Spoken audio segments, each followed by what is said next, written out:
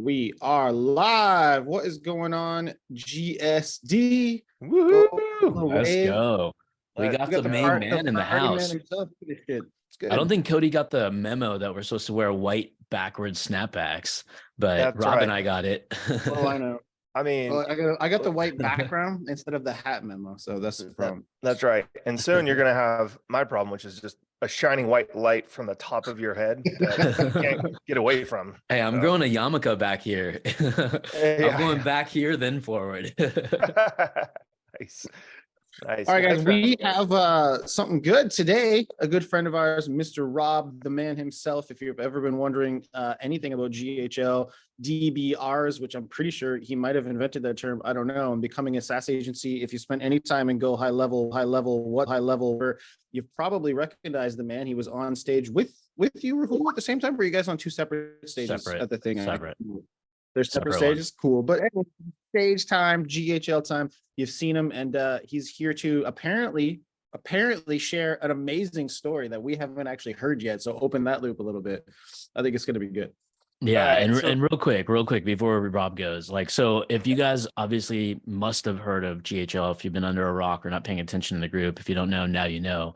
This guy pretty much was the first person to really adapt it and bring on thousands upon thousands of agencies and training people. So today is going to be a dope live. You guys are going to love it. Be engaged. We want a lot of comments going. We want a lot of smashing of that heart, that like button throughout this whole thing. I think the record we've had on an hour live is 550 or so comments. Let's smash that one. Every time you hear something dope, heart button comment. All right. So that's how and the more comments we see, it reaches more people. That's why we're doing it. But the more engaged you are, and the more Rob is going to divulge in what he's going to share. Okay. Yeah. So I'm not going to look at the comments. I'll let you handle that, barometer, let's say. But look, guys, we're going to have a good time here. I promise you, if you get to the end of this and you're like, oh, I've heard this before, this is not going to be a boring business thing. Okay. So a couple of things to note. Number one, I'm going to tell you a story about how I tripped major ball sack and how that is helping me in business and how it can help you too. I'm talking about drugs. Okay. Just to be super clear. And this will all make sense once I explain it all, promise. Okay. This is not a recreational drug. That's the biggest difference. But I'm going to tell you a story that might make you pee your pants laughing. So going to be fun. So if you're not down for fun, sorry, don't know what to tell you, because I'm going to start with that. I'll tie that into the business and how it can help you and how it's helping me. And I'm going to share all that. So by the end, we'll talk about tactics. We'll talk about software. We'll talk about SaaS hybrid stuff. Cool. That stuff will be there too. But you guys are the first people that I'm sharing this story with. I'm working on a YouTube video. It's not done yet. It's literally going to be called Ibogaine, How I Tripped Major Ball Sack and It Changed My Life Forever. That's going to be the title of it. Okay. So can we get a hashtag ball sack? Can we get a hashtag ball sack? Hashtag trip major balls. Hashtag ball sack. And maybe just when people catch the replay, they're going to see hashtag ball sack. Yeah. So and whoever's live, hashtag replay. Let's get that. That's not a pattern interrupt or disrupting your sense of how this is going to go. I don't know what to tell you. Okay. So if that sounds good to you though, which I hope it does, I'm going to share a lot of personal. And so just be respectful. If you want to call me a druggie or whatever, funny, good, fine, good, whatever. But I'm going to share with you guys some really personal that is not it's a new level of my personal life that I've never shared before. Okay. So just be respectful. I've got 3 kids at home and my wife, but I'm sharing everything with you that I went through alone. Okay. So, because what tends to happen is after the few people I've shared it with, they're laughing their ass off, right? And if they know me, cool, I have a really funny sense of humor. I'm like a goofball, fine, right? But a lot of people who don't know me or don't know a lot about this topic tend to jump to a conclusion. So my challenge to you is keep an open mind until you hear the full story, okay? Because I believe it or not, I never have been a drug user. I've never been a psychedelics user. I lightly drank for most of my life. I was like a social drinker is what I would call it. But in the past, I would say 3 to 5 years, very slowly and very steadily, a couple of things started to happen to me. Thing one was my brain started to started to like malfunction. And I'll explain what that means here in a minute. Okay. In detail. And almost involuntarily, I started using alcohol as a coping mechanism more and more and more. And this happened real slow. I'm not talking about like Robb blacked out and, he was in the gutter for 3 days on a bender. It wasn't like that at all. It was just that my behavior started to, like, I was getting angrier and my attention span got shorter and I was not remembering things and I was irritable at home and weird little things would trigger the shit out of me. Okay. And again, this was a slow increase, but what started to happen was I was creating this addictive behavior, this relationship with alcohol. So before it got bad, I decided to start to get help. All right. It was affecting my my relationship with my 3 little kids at home. They're 9, 7, and 5, and with my wife. And I didn't know why. Okay. So that was the hugest thing. So again, I'm going to tie in all the business stuff later, but we're all human first. Business comes second. We're human first. Right. And I would promise you, if this is not a eye-opening thing by the end, this could change your life. It's the reason why I'm sharing it. Okay. And I believe that for a lot of people it will. So this was happening over like the last 3-5 years. I would say in the last 6 to 8 months, I would find myself going like, I don't know how to handle this. Like, I feel like I don't have the tools to handle this. I'm just walking around like angry, stressed out, feeling like I'm going to have a panic attack in my chest. Right. Anytime something would go wrong in the business, stuff that I'm normally like, no sweat, I can handle that. Right. Those things would get under my skin like crazy. Right. And I started to kind of like have this adversarial relationship with myself. I was like, why are you up so bad? So my own voice in my own head was talking to myself, put it that way. Okay. So now, like, look, I've done a lot of great things. Just to give you guys a quick background, I had a 7-figure agency that had 0 profits. We ran it for 3 years, shut it down. And that I felt like the biggest failure, even though we were doing 7 figures in revenue. We would do anything for anyone. I smartened up, hired a mentor, and that's when I met Rahul. We met it through Billie Jean's program, and Billie Jean helped me. How many decades ago was that again? It was like 5 million. Yeah, it was like the dinosaur ages. Okay, yeah, that was like 10 years ago, right? So like about 7 years ago, I met Rahul through Billie Jean's program, and Billie helped me productize my service. So I created a Facebook ads agency, ended up specializing in fitness. We helped 535 locations in like 22 months, and ended up selling that agency. And that one was super profitable, right? So did that. That was awesome. Right about then, someone else who I met through Billie Jean's program, Robb and Alex, who's one of the co-founders of Go High Level, said, hey, this thing just came out of alpha. It's in beta. Can you and a handful of others beta test it for me? At the time, I had a $44,000 a month Scipio bill, which is just a 2-way texting platform for business, right? And we were signing up every single gym that we'd sign on retainer. We'd sign up for a Scipio account to text message the leads to come in. So we would do the lead nurturing and the database reactivation or DBR for them, right? And that was our agency model. Those are the only 2 things we really did, was run Facebook ads, lead nurture all their leads, and run database reactivation. And we would pack their calendar out. So the day that like 2-way texting was one of the first features that Go High Level ever had, Sean, Robin, and Bruin were like, tell us what you like about Scipio. That's awesome. And let's make it better. So they did that in like a month. It was great. Like 1 month. Right. And I went into that saying, I want to be your guys' partner. This is huge. You just took my $44,000 Scipio, $44,000 a month Scipio bill and dropped it down to $300 plus Twilio fees. Right. So they put $500,000 in my pocket overnight. Right. This is right before I sold my agency.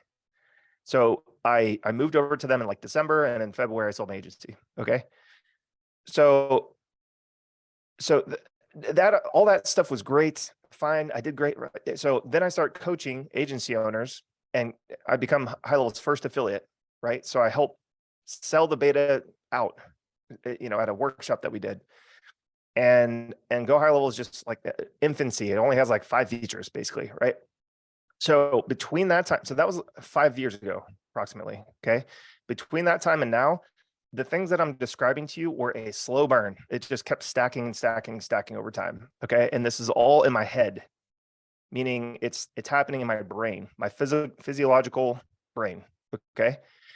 So I researched this stuff. I go online and I research the crap out of psychedelics. A friend of mine said, dude, try psychedelics, like look into it, but you probably have PTSD and a ton of trauma. And I knew that I had a ton of trauma through my life. And this is the part where I'm really going to be able to help you guys today. I had childhood trauma and I had adulthood trauma. And the first time that I felt like I didn't have any active trauma in my life, I was 31 years old. So 31 years of active trauma in my life, right? Again, this stuff just stacked and stacked and stacked. All right, so I figured this out before I found the solution for this. So I knew a couple things. I was aware that I had trauma. I stopped to think about it. I might have had PTSD. That's what I was thinking. And I knew that the alcohol was becoming the easiest, best, most effective way, the cheapest way too, by the way, to deal with it. But what started happening was, you know, my tolerance, I have a ridiculous tolerance to alcohol anyways.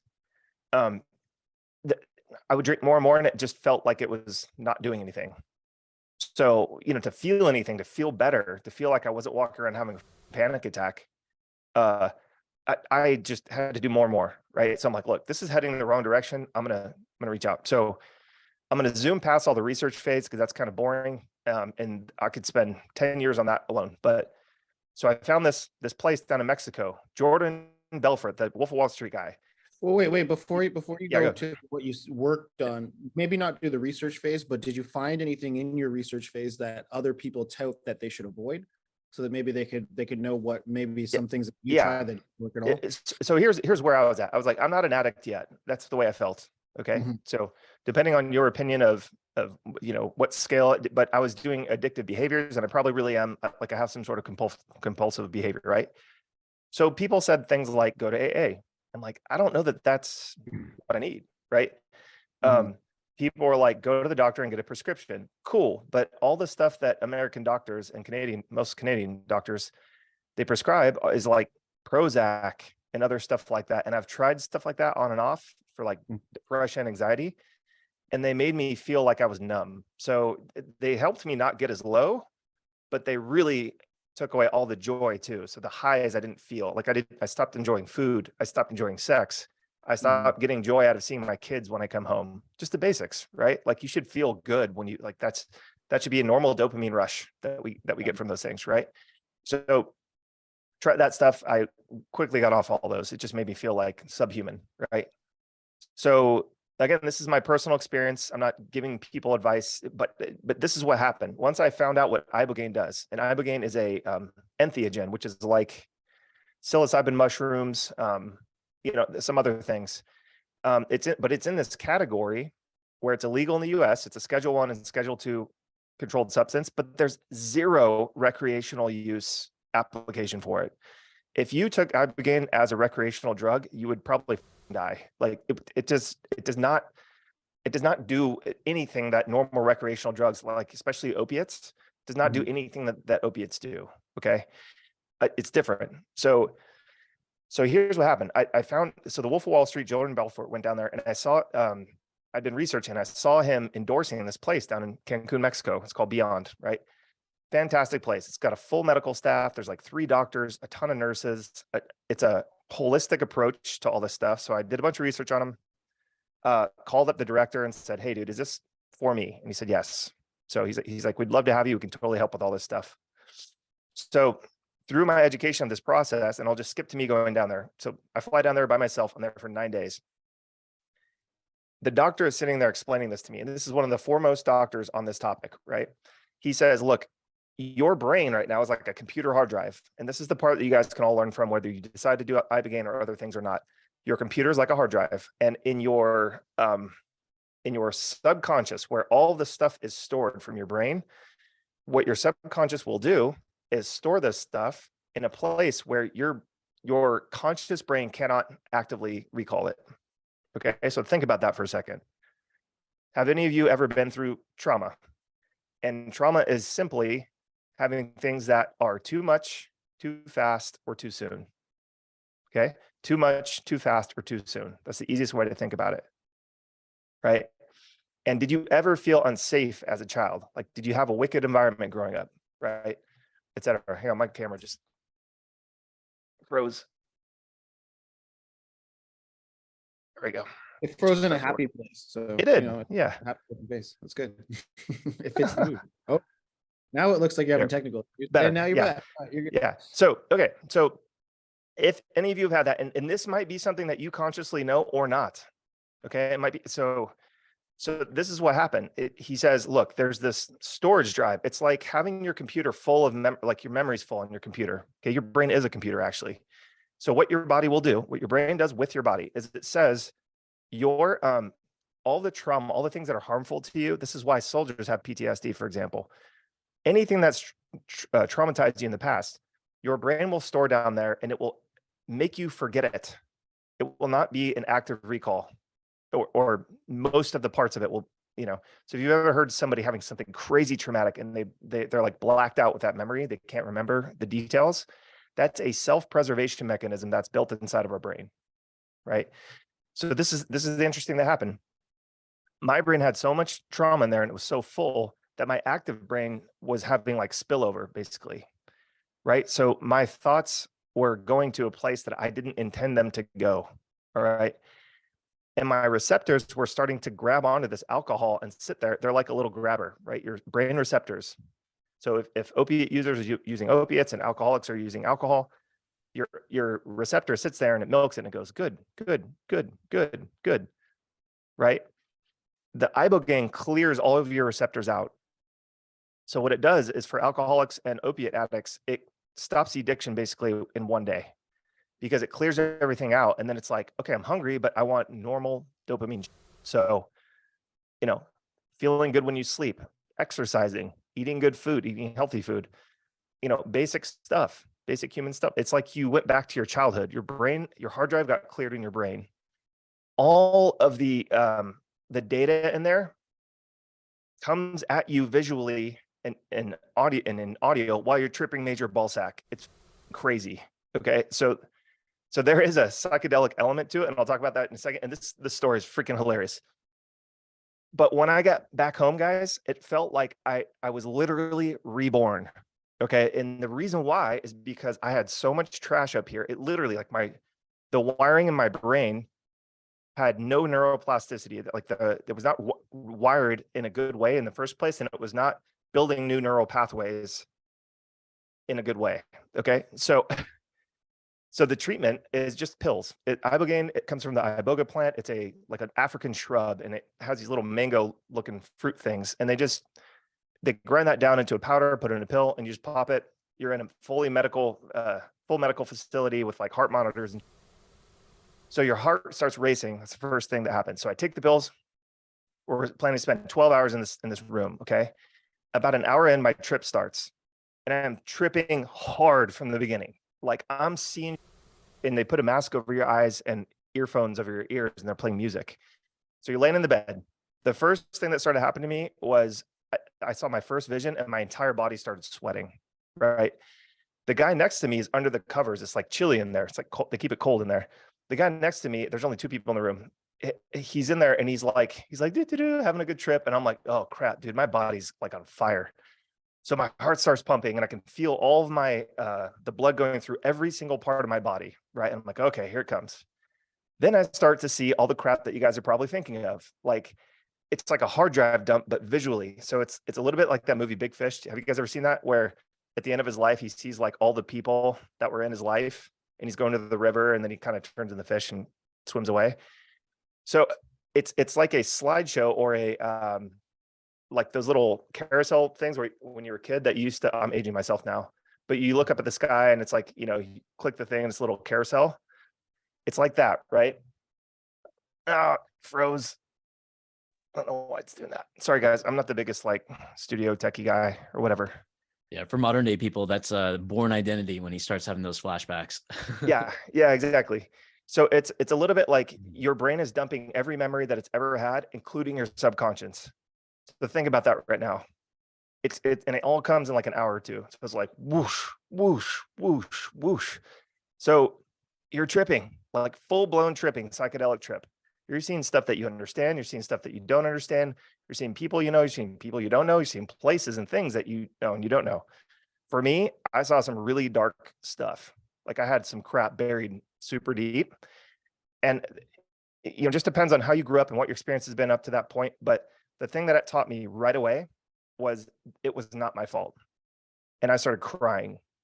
I'm like, I've been suffering. I've been in pain. I've been like going through all this. So I'm like crying, bawling, crying. Right about at that time, I'm like, I let go. I was like, I just accepted everything that was happening to me. So I like accepted the trip, right? My ego was gone. My subconscious was not there. It was just the little voice in my head. And I felt like a child, right? And I was able to just see and accept everything that's for the first time in my life. Like I just felt like, I was in the presence of God, and whatever you believe in, it was just myself. Like I had no ego, I had no competing thing. The pain was not there. The negative thoughts were not there. All the trauma was just zooming past me, and I just felt like I let it go, right? So right about then, this is where the funny part starts. I start seeing some wild, okay, like really wild stuff. Like if you look at like Instagram videos of people like explaining their trip, there were parts like that for sure, which is hilarious in its own right. But this is the funniest thing that happened to me. So they have an IV in you because, you can't really drink a whole lot. You just lay there for 12 hours and you're tripping and your body's doing big time work. So they give you like electrolytes and an IV. So I had to get up to go pee. So I'm like, I got to go. And they're like unhooking me from all the stuff. And I get up to go and I'm like, oh my God, I got a Ralph. And so I start puking in this trash can. And I go, oh my God, I have to go so bad. And every time I sat up, I would puke, which is not super normal on Ibogaine. Like the guy next to me never did any of this stuff. So he's just laying there having a great trip. I swear I puked like 12 times and there's nothing in my stomach at all, right? I'm like, oh, dude, I just can't get up. So the helper brings like a little pitcher to me and he goes, do you want some help? He's like speaking broken English. And I'm like, bro, how am I supposed to do this? And keep in mind, I'm tripping major ball sack. Like he looks like Kermit the Frog and there's swirlies all around and like laser lights. And my hand looks like it's glowing. And I'm just like, what the is happening? And he's like, do you need some help? And he puts the pitcher near my pelvis. And I'm like, I mean, are you going to hold it for me? Or like, what do we do here? And so he's like, if you want. And they were great at this facility. Like they'll do anything, right? Yo, you can tell this was not this guy's first time if he's asking. No.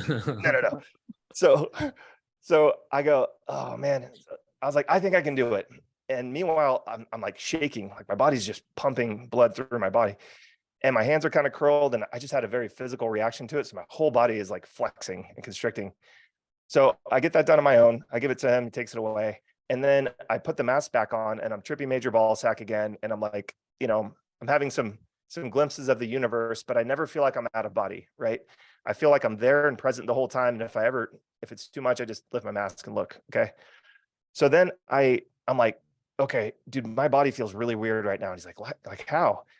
And I just hit a certain point where my body was like, everything out right now. So he helps me get to the bathroom and I'm puking while I'm shitting, and everything went out of my body in like 10 minutes, just mass exodus. And he's sitting there and I'm like, bro, is this normal? And I look up at him and my face is streaming tears, got snot and spit coming out of my mouth and trash cans right here. And I look at him, I'm like, bro, is this normal? And he just goes, it's good. And I'm like, oh, okay.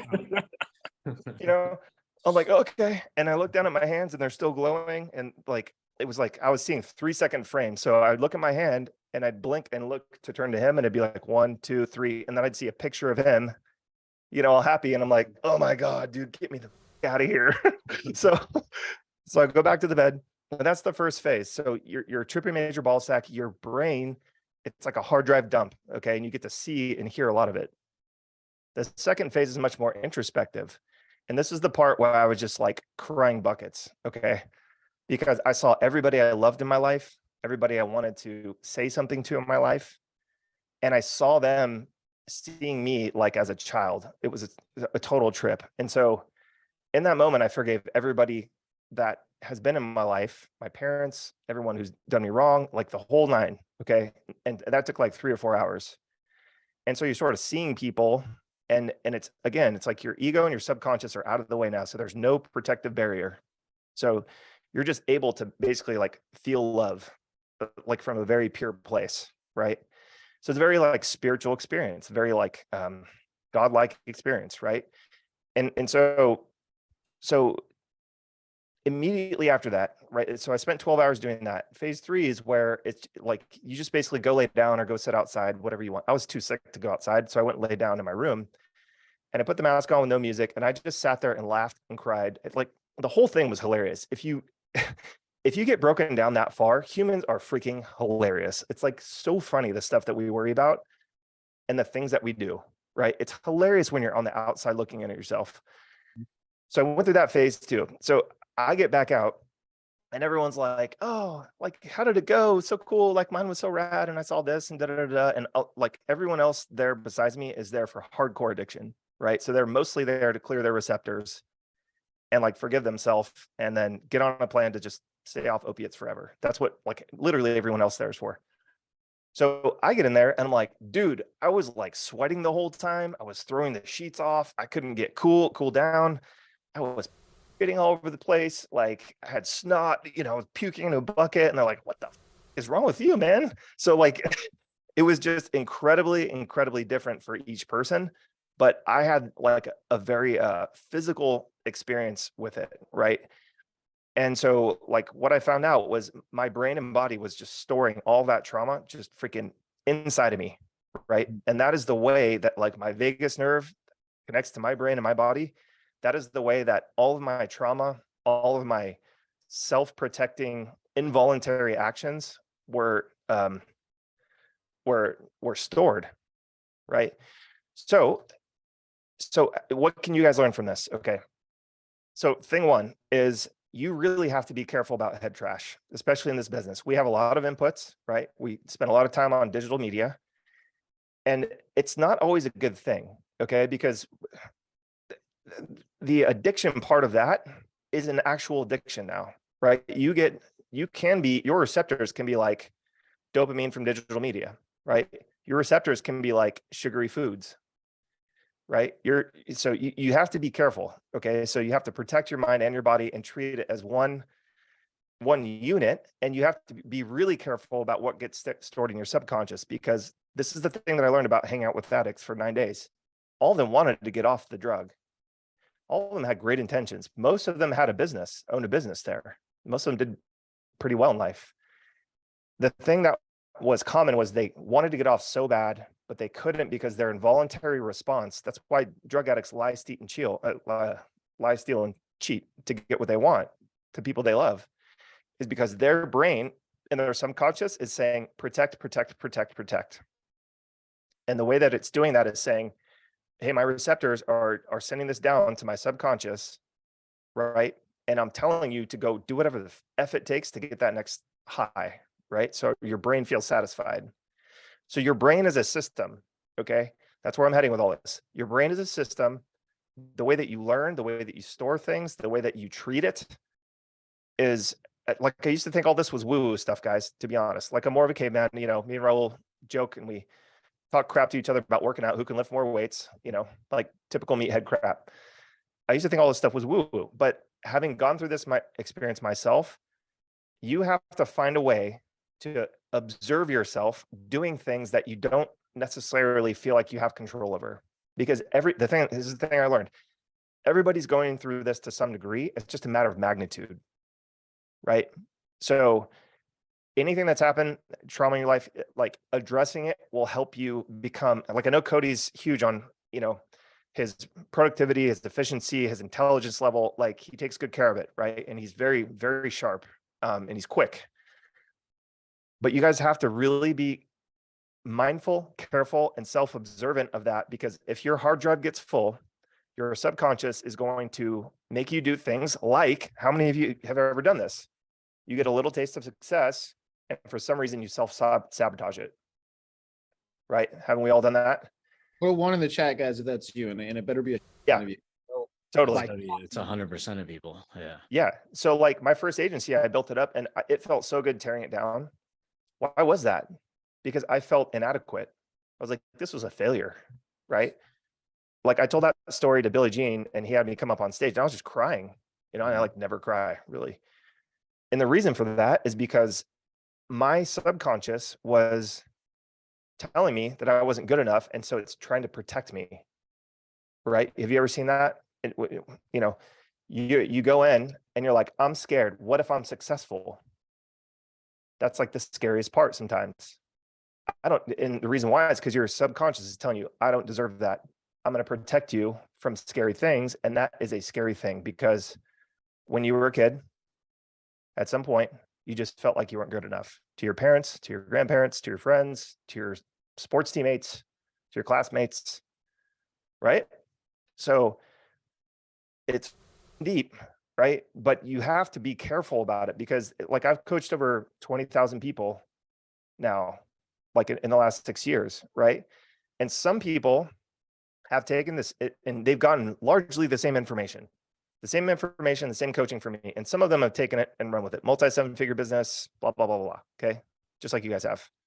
Some people have the same information and they are literally deathly afraid, or not afraid, not consciously afraid. They will do anything to scuttle the ship. They will find any problem, anything that's tiny. Hey, there's a typo in this document that you guys have. Great, get over it. Go make some money. Well, I can't do that until it's perfect. The client's gonna be like, hey, there's a typo, that looks unprofessional. Like, that sounds so stupid when you say it out loud, doesn't it? Mm-hmm. Right? So that is not the person's conscious fault, though. This is the thing I learned. I used to think like, oh, what a dummy. Like, can't you get over it? Just because I was able to get over it. But this is the thing, is somewhere in that person's head, in their subconscious, they can't even recall it. They were told that if you become too successful, you will be an outsider, right? So how many of you have had like a family member, friends drag you down? It's the crab in the bucket syndrome, right? A lot of the friends that I grew up with are great people. I love them for my hood.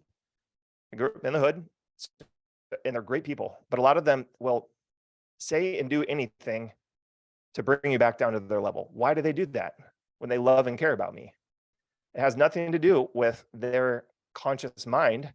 They probably feel like after they say it, like, why did I say that? I love Rob, right? But their subconscious is trying to protect them, right, from being hurt. So what does this have to do with business? Just about everything. Okay, if you wake up in the morning and you take, like, let's say you take a training from Rahul and Cody, and you find yourself illogically fighting something because of just a feeling that you have in your stomach, and you're like, oh, I gotta turn this off, or I think I need to be right and tell them why my way is right and they're wrong, right? That probably has something to do with your subconscious and something that happened previously to you. And so that little things like that can add up in your decision-making process. We only have so many decisions to make in the day before we experience fatigue. And so your decision-making ability as a business owner and a leader is clutch. Like, I'm not the person, I didn't invent this, and I'm not the first person to say it. Like if you look at Hormozi's social, he talks about this all the time. He's like, good decision-making. His idol is Warren Buffett and Charlie Munger. And those guys basically have made a habit of keeping their mind clear.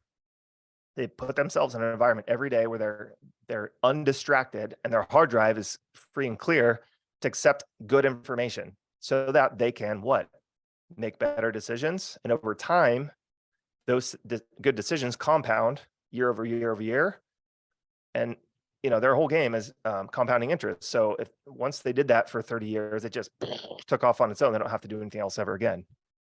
I think it's important to kind of hover on that on a day-to-day basis too for a second, because what I see people doing is they don't empty their brains at all, and the main thing day-to-day is, well, honestly, like this, like allowing the stress to build up, and what that does. And you can feel this, guys. Everybody out there, drop a 1 in the chat if you've ever felt this way, where you're reactive to everything, whether that's your wife, your kids, your job, your employees, whatever, even your clients, where you'll feel like you're having a instantaneous negative stress-driven reaction to something, as opposed to when you can tell physically when you're cleared out the way Rob's talking about, because you'll have a much more tempered approach. You'll input information, you'll digest it, and then you'll create a response, as opposed to just immediately being triggered by something. and stuff like what Rob's saying, that to clear all that out from years and years and years is amazing. And I don't talk about it much because it's faux pas, but I do once a year or so do something like that, but with mushrooms, right? Because it's a way to do that. It really does reset the hard drive. You go to the woods, you do it, you come back, you feel better, feel a little bit cleared out. It takes your brain into a spot where you really can't focus on the you would normally focus on. It really forces you to just keep away from it for like a day, right? And that also brings stuff to the forefront of your brain that otherwise wouldn't happen. So the other takeaway, though, real quick, I know Rahul has something to say, is I would say that one other lesson to take away from this is if you choose to follow the Wolf of Wall Street to try a drug, you should temper your make sure you know yourself. Totally. Yeah. Do your research. I mean, like I love the Charlie Munger, Warren Buffett thing. The decision fatigue is a real thing. You want to make as less decisions as possible and focus on the most important ones. But it goes back to environment. The hardest thing in the world is to go tell some of your best friends, some of your family members, your cousins, uncles, mom, dad, or whatnot, to basically off in a nice way so you can be you and excel, right? Because people will drag you the down, because if you got to do and your boy's texting you, or girl, or whatever they are called nowadays, and they want to go out, drink, party, and then you do it and they know you have something important coming up, those are the people that you got to kind of either cut the ties off with, and it's gonna be a hard thing, but it's your life, right? Yeah, or just create enough distance to where it's not, they just know it's like, that's not how you guys are going to get down anymore, you know? Yeah. So, and this is the interesting thing about, so when you do something like this, yes, it is faux pas, like Cody said, like to the masses. So if this sounds strange to you, I totally get it. But what it's doing is clearing out it's like reformatting your hard drive so it has space for the good things to thrive and do what they were meant to do. Your brain is like a teeter-totter, and when it has something good, your natural reaction in your body, your involuntary reaction, is to balance that a little bit. Okay. And so you've got hormones and chemicals and, neurons firing to do all that stuff. But when you weigh it down too much with like things that are false inputs, those false input, your brain gets tricked into thinking that that's what it wants more of. And that's what happens, though, is it builds a tolerance. So it's going to take more of those false inputs, whatever it is. Like if you're addicted to TikTok and you watch 10 hours a day of TikTok, your receptors will be like, I need more TikTok. It'll be like, gimme, right? But what'll happen is it becomes used to it too. So the same amount is not going to make you feel as good the next day and the next day and the next day and the next day, right? So the cool thing about Ibogaine, which makes it unique to everything else, is that it clears your receptors out fully and it stays in your system for like 6 to 12 weeks, right? So right now I can still sort of feel it. It's just like very teeny, like it's just like a very like a flutter almost of that same feeling that I had, that was about 1,000 times more intense when I did the flood dose, which is the phase 1 part where you're tripping major ball sack. But I don't want to drink right now. It's the thought of it makes me want to freaking puke. I'm not craving to be online. Like I found more joy through, like, the taste of food has changed because my neuron receptors are finding new pathways, and it's providing the drug, the medicine is providing more neuroplasticity. So like I'm trying all the foods that I knew I loved before, but like watermelon tastes like 10 times better. Banana tastes about 5 times better. Peanut butter tastes like, oh my God, it's like the best thing on the planet, right? So it's really cool to be, it's just like going back to being a child for a moment, right? And so the simple joys of life, snuggling with my kids, I'm like, oh, I don't want to stop hugging my kids. Whereas before I was a little bit irritated. I'm like, okay, that's enough. Get off my lap, right? And so it was a very profound experience from a personal psyche standpoint. But the thing that the functional part of it is amazing. And that was my biggest takeaway, is like, I would encourage everybody, even if it's not Ibogaine, which, by the way, on the faux pas part, Cody, Kentucky just raised $72 million of public state funding, and they're lobbying. It's almost legalized there now for medical treatment because they've got such a bad opioid addiction problem in like Eastern Kentucky. It's like terrible. So their legislators have almost made it legal for medical treatment purposes. So it's getting there, right? And MDMA, which is also like a clinical. Well, that one started as a couples therapy drug, right? So, and Yes. if you've ever taken it, it is the best couple therapy drug. Yeah. Yeah. So MDA in a clinical setting in microdoses is about to be passed too, at like nationwide, I think, right? So they're getting Up that here through. in Vancouver and other places, it's all legal now anyway. Yeah. Yeah. So I would, and I'm not the only one who's like been in the marketing community. There's a dude, forget his name, Mike, he's like one of the OG. Anyways, he's done it. He's done MDMA, and he's a huge fan of that. And he was going down to Mexico to do it. But point being, guys, is that I left there thinking to myself, and this was like the most profound, like spiritual thing I've ever felt in my life. I walked out of there, and I walked out of the door, and I was on the way to the airport, and I was just crying in the car, and I was like, what's wrong with me? And I was like trying to just think on it and like meditate on it a little bit. And I just felt like no one should have to be walking around in life feeling like I did before if they knew that there was ways to help with this. Like everyone should be able to feel like I felt walking out of that place. Every single soul on the planet. Because we're all human, and that's the way our bodies were built. It's built for survival, right? So if you guys ever are like, I have imposter syndrome, my confidence is low with this. I'm not a good tech person. I'm not a good salesperson. Like, stop and ask yourself, like, why? Why are you saying those thoughts to yourself? Like, be self-observant, right? It's going to help you tremendously in your business. I'm not saying, by the way, that if your strengths are sales, to start getting good at tech. I'm saying if there's something that's blocking you from having success, it is almost always going to be because of your noodle. That's like, I'm 100% confident with that now, right? So happy to switch gears and talk about business stuff now, but I want for I think let's hover on that last part. Like, go ahead, bud. Sorry. I was just gonna say let's hover on that last part before we move into business stuff, because I think I don't even think we need, like, we can talk about business fine. You guys have heard me, Rahul, and I'm sure most of you have heard Rob talk about business. We can teach you that all day long. Yeah. But I'll tell you what, we between the three of us now have a ton of years of experience. We've taught thousands and thousands and thousands and thousands of people. And I think we can collectively tell you that one of the main things between people who succeed and who don't really is going to be the mindset. And I know a lot of mindset coaches, some really good ones, but sometimes it doesn't matter how many words you say to a person, it's their own that's holding them back. When Rob gave the story about two people have the same access to the same material, one succeeds and one doesn't, something's holding that one person back. And like Jim Cathcart's like a big sales guy in the industry. He's like probably 76 years old now, written 23 books, best-selling author on Hall of Fame of Sales, which I didn't know there was a Hall of Fame for, but he's apparently in it, and a speaker for the National Speaking Association. But he's just like, put a yet on the end of your sentence. I'm not good at sales yet. I'm going to get better at sales, right? So you can't put that cap on yourself, because if you believe it to be true, then everybody else is going to believe it too, because it's your thoughts. But look at, like, I got Muhammad Ali. Well, I guess he's not on the wall. He's back on the floor. But Muhammad Ali right behind me.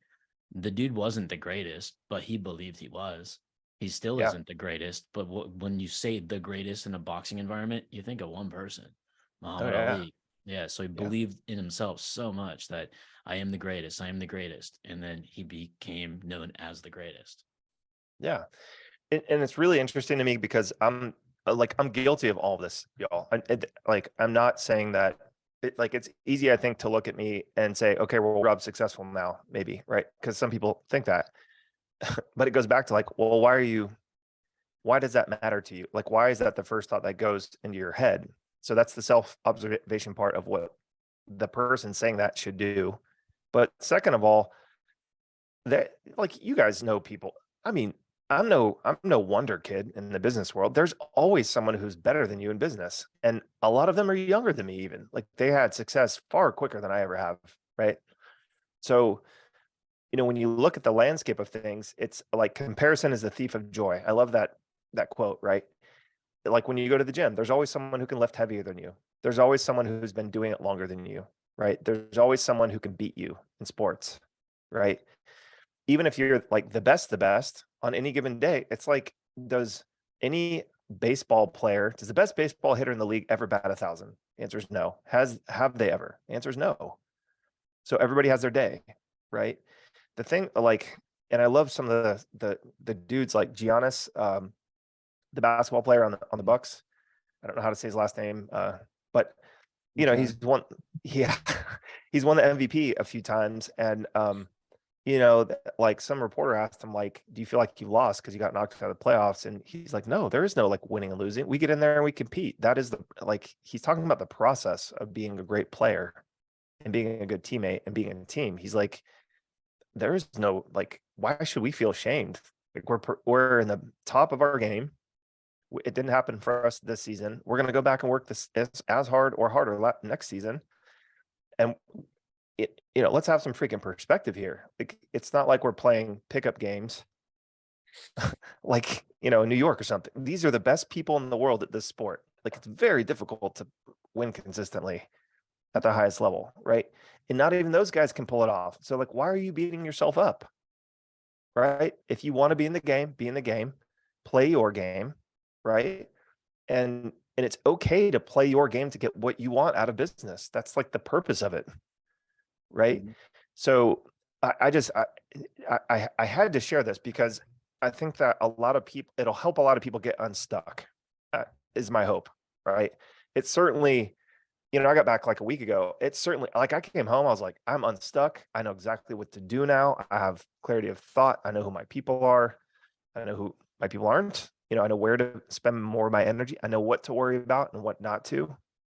Like I literally told my wife last night, I was like, she's like, we're going to San Diego next month. Like, where should we get these seats? And they're both good seats and there's positives and negatives to both. But I was like, well, here's the positives of this and there's positives of that seat. And there's going to be 9 of us. We're going with another family with our kids and everything. And she's, you know, she's just afraid to make a wrong decision and be like, oh, I wish we would have had those seats anyway. I'm like, look, anywhere you slice it, we're going to be at a San Diego Padres game. They're really good. We're going to be relatively close. We're lucky to be able to go there and take our kids. Like, you know, let's just let it go. Pick some seats and then let it go, right? Versus before, I would have been like all stressed out and like doing all the research and like da-da-da-da. And it's just like, I was like, I'd rather spend some time with my wife. Isn't it kind of funny how that actually your initial metaphor or analogy there was like, it makes you kind of like a kid again. And isn't it kind of funny that if you said to a kid, like, we could go here or here, they would just be like, yeah, let's go to the game. They wouldn't totally.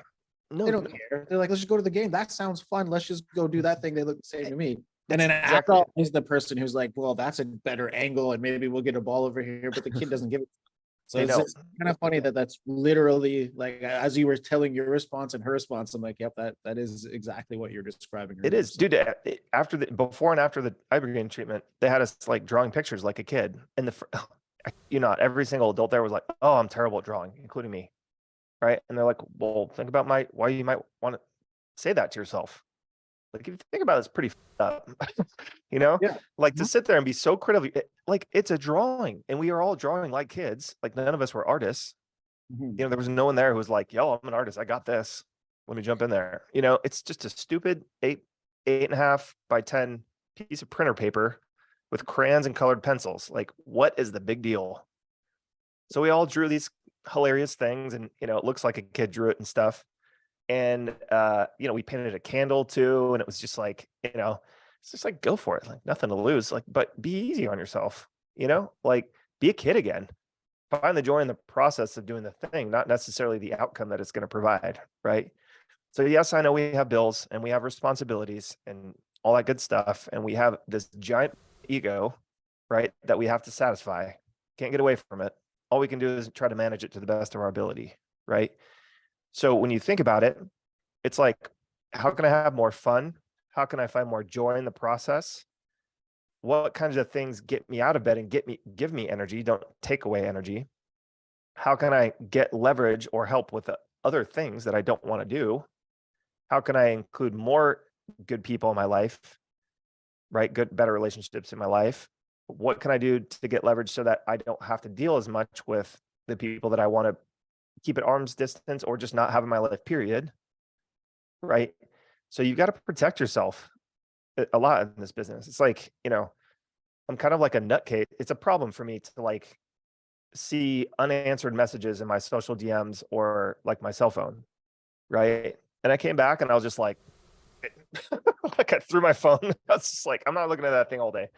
Like I haven't looked once since we were on, and my wife called me once even. So, it's just like you have to decide what you want. We get one at life, okay? And if there's freaking aliens, or you believe in God, or we're operating the substrate, like Elon Musk is a lizard person controlling us all, okay? Like whatever the heck it is you believe, the thing that we know is that the moment that we're born, we're gonna die at some point, and we don't know how much time we have. So you better freaking enjoy the ride, right? The only thing that you're in control of are your emotions, your hard drive, right? Your neuroscience.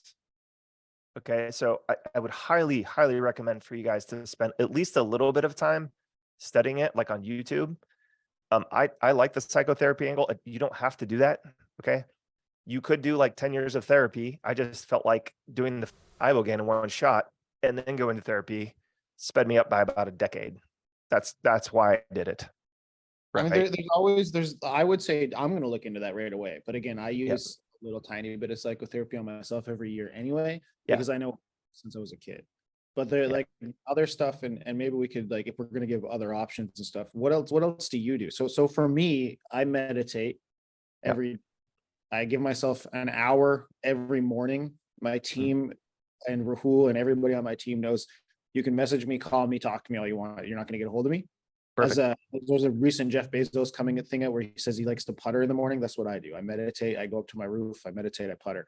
I get myself up, and then every month or every 2 months, I go to this place in Whistler that's nestled in the mountains. It's a hot tub, cold tub, relax thing. They take your phone. They tell everybody shut the hell up, and that's from 8 a.m. until 9 p.m. Literally like 13 hours for that day. I'll do it, and when I come out of that, it feels like I had a reset. It feels almost like I did some kind of mushrooms or something. It did that reset to your brain, literally, because nobody can talk to you and you're doing the therapy along the way. That kind of stuff can help lower your cortisone, lower your stress, and allow you to be less reactive. But I think something like this gets rid of because even that only lasts so long. You get right back to it. What you're describing to me sounds like a dump, like a lift the weight off, become a child's way of like not thinking necessarily, but reacting and being a little bit more joyful and stuff. And so to me, that's a big other step. But this other stuff helps. It is. Yeah. So like so there's like a lot, just to give you some examples, right? What you described is I would call that like a tool for maintenance, right? So running like go back to the computer analogy, run like a Mac cleaner tool on your MacBook or your iMac, right? So it says, hey, there's all these files, and we're just going to like brush off the top 10%, 15%, free up some space. Your machine runs a little better, et cetera, right?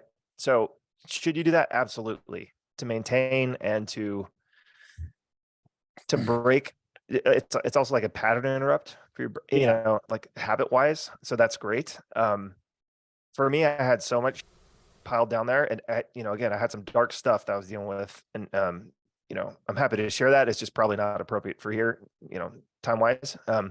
But those things were taking up so much that it probably would have taken like a couple of decades for me to work through it, doing more maintenance like things, going to therapy, doing the neuroscience stuff, with the hot cold therapy and things like that. But those are great. Everything that you just mentioned, we had at the facility. It's like a holistic approach to it. So we did like water therapy. They had a cold bathtub. We did sound therapy too, which was surprisingly effective for me. A lot of this is like in Cancun, there's like this Mayan sort of Caribbean approach, like a very holistic approach to all this stuff, which was fantastic. I really enjoyed it. Do they have sensory deprivation tanks and stuff there? You meditate, right? Have you ever meditated in a sensory deprivation tank before? I have not, but I've heard other people say that works extremely well. If people out there don't, I mean, everybody has their own decisions and choices and stuff, but if you want to learn a little bit about what psychedelics might feel like to you without having to do them, meditate for 2 hours in a sensory deprivation tank. Because you'll hallucinate a little bit naturally that way, and you'll be able to clear your brain that way. So like just give you a quick example. I imagine it's what I experienced with the sound therapy is a little bit like the sensory deprivation tank, just hearing other stories about it. But so in the sound therapy, you're outside, you just lay down under this, cabana sort of covered thing. And this sort of like medicine woman, she's not really, but that's her role. She almost like hypnotizes you with the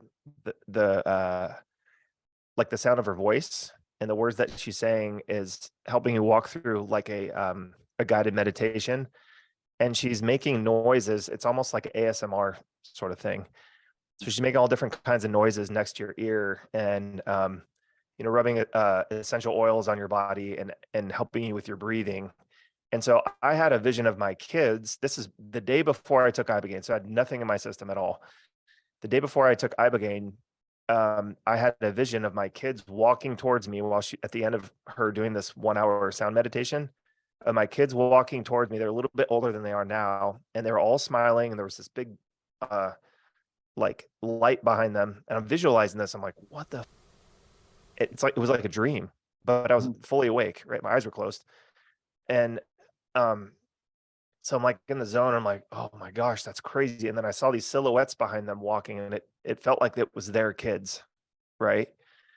It just felt like that because it was just like I was just feeling love, and then I started crying like crazy, and and that was that only took an hour to get into the zone to experience something like that.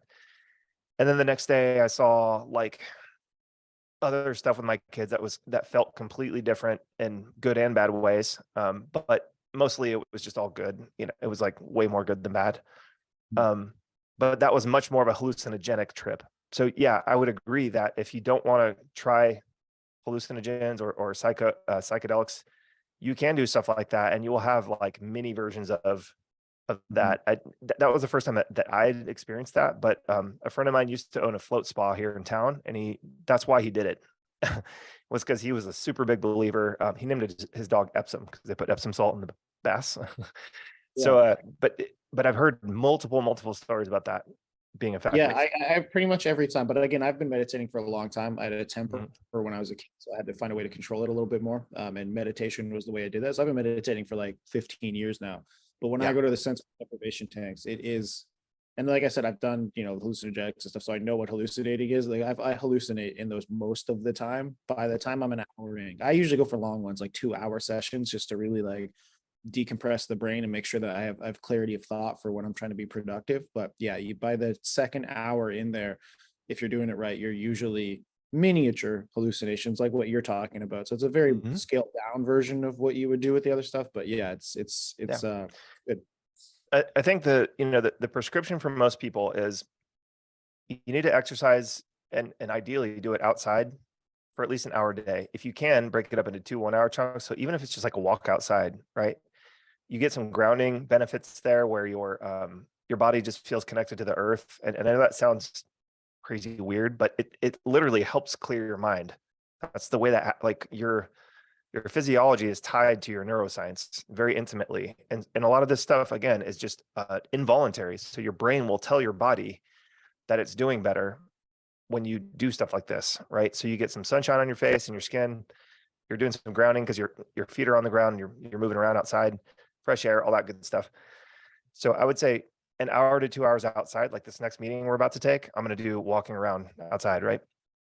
So so there's that. And then there's also, I think that trying to fit in at least 1 hour a day where you're working on neuroscience elements of yourself is crucial. It's like the best way to maintain this or get started with it. So yeah, meditating for an hour, learning how to do that, even just closing your eyes and putting on some like soothing music and just thinking, that will help. I know it sounds crazy too, but just sitting there and thinking and being intentful about your thoughts and like writing a lot of them down afterwards. That's like, I'm not a big writer or journaler, but I started doing that, and like, I'm amazed at how much clearer my day is and how less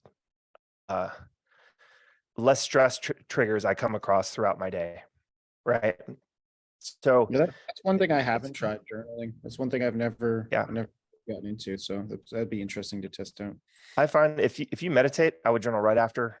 If you close your eyes and listen to music, do it right after. Another thing that I worked on is sleep hacking. So like, if you're not a good sleeper, I would, there's this app called Mintal, Mintal, They got a free version and paid version, but that thing will help you fall asleep, track your sleep through your phone. You just put it next to your bedside table, and it'll tell you like if you're snoring too much and how much deep sleep you've got and all that good stuff. So hacking your sleep, like your pre-sleep routine and your wake up routine help your brain tremendously. Like I mean, I just can't even like believe how much clearer it is to me that like I need to spend a half an hour like detoxing my brain and focusing on breathing and, closing my eyes and feeling like if I just need to write something down just to get it out. It's not even like cohesive what I'm writing down most of the time. It's just like this, it's just like this is total garbage, but it's out of my brain now. So, I would encourage you guys to do it in analog if you can. Digital is better than nothing, but Not the same. we have so much. Yeah, there it is. Right. I'm a big writing it down guy. Yeah. Everything gets on paper, so you have you don't forget. You don't have that decision fatigue, that stress. Like, did I forget? Did I not forget? Because that weighs down a lot of time in the day when you're trying to do always recall, Right. which can fuck you up. But I want to go into the morning and nightly routine for a second. Like from a wake up perspective, what is it what you do now? Okay, so I put people into two buckets here, with kids or without, or small kids, right?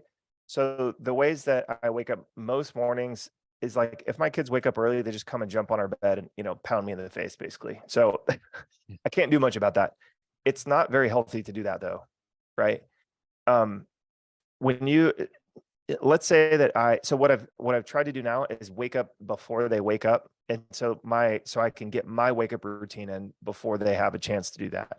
Okay, so if you have kids, try to wake up before they do. I know it's tough sometimes depending on what phase you're at. If you don't, then you have no excuse, basically, is my take on this, right? So what I do is like I pretty much hate Apple for their alarm function because it's just so loud and blaring, and I'm like, dude, this is like the worst way to wake up, And so again, that mental tracker has a meditative noise that you can choose, and it slowly turns on, right? And so what that does is if you do that around dawn, like you can really nail your circadian rhythms, like which is just the way that our cavemen and cavewomen bodies have been waking up for thousands and thousands of years, right? So usually it's temperature and light are the ways that you wake up, but there's also noise. Like, if you wake up at dawn, there's like, it's dark and the birds aren't chirping and it's dawn and they are. Okay. And it's usually just like nice and steady. So all the birds or the rooster or whatever is, nature, that's how you wake up. So, you could use temperature in your bed. There's now like things that help you cool or warm up in your bed. So if you have one of those on your bed, and they're kind of expensive right now, but they're getting cheaper by the year. Like I run really hot. My wife runs really cold. So I'm constantly hot under the covers and she's constantly cold under the covers.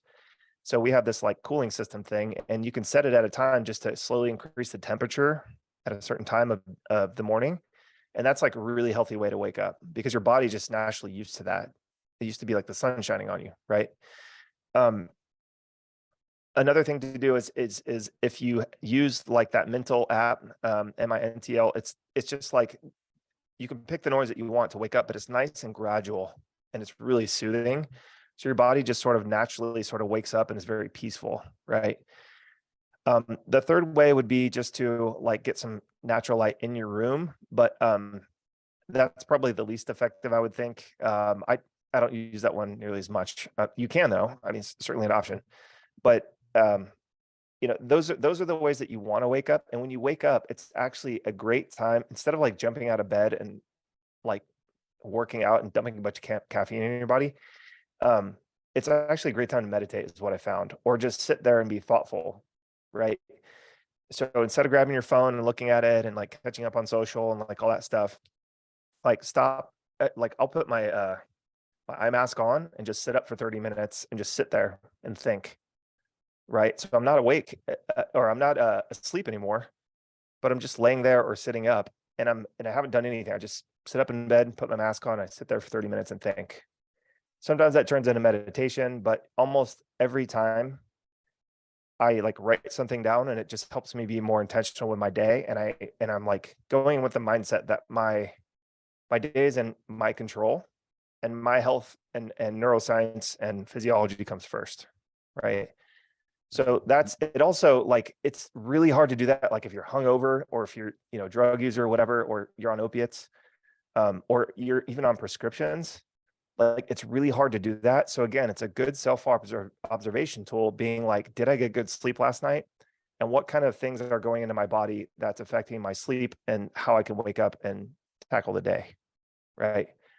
So that's kind of my new wake up routine, if that makes Yeah, I sense. mean, it's always great to have some form of like warming yourself up, because everybody, I mean, presumably you're going to be awake 16 hours, right? Yeah. So you have a long day ahead of you. It doesn't mean you're working. It just means you have awake time, right? Yeah. Exercise, eating, working, family time, etc. So yeah, just getting that pump up for the day, however you do it, so you're warm, is important. And the earlier you wake up, it's not a rule, the 4:30 a.m. club or whatever they are, that's who gives a shit about that. It's just whatever's best for your own body. Like Cody likes to start, to me, a little bit later, but to the rest of the world, he's probably up early. I like to start around 5 a.m, being up. I use the natural light thing. I just keep my blinds open and let the sunlight kind of come in, and the natural noises, like there's a lot of birds out here, so they kind of are my alarm clock. And I kind of just do. I'm more of like, I don't meditate, quite frankly. I've never been able to, in the sense of my patience level doesn't allow me to kind of sit that still that long. I hate massages too. I'm probably the first dude that absolutely will not get a massage, because I do not want to be laying on a table for like 15 minutes with my eyes closed. But that's just me, a little wired, different, high strung a little bit. So I just do a little bit of like, I want to call it yoga, but like yoga-esque moves, like stretching, and like I go on the Apple app and just write routines up, so I can just kind of stretch my back out, warm up, get my body limber, and then it's off to the gym as early as I can. And then I start my 1 hour. My therapy, I guess, is Starbucks, because I'll just go get my coffee. I'll sit there for like an hour, and most of the things I'm thinking about are just like a black stare in my brain. And that's really kind of like where I'm just in a la land, where I can't see anybody. It's just me thinking of nothing.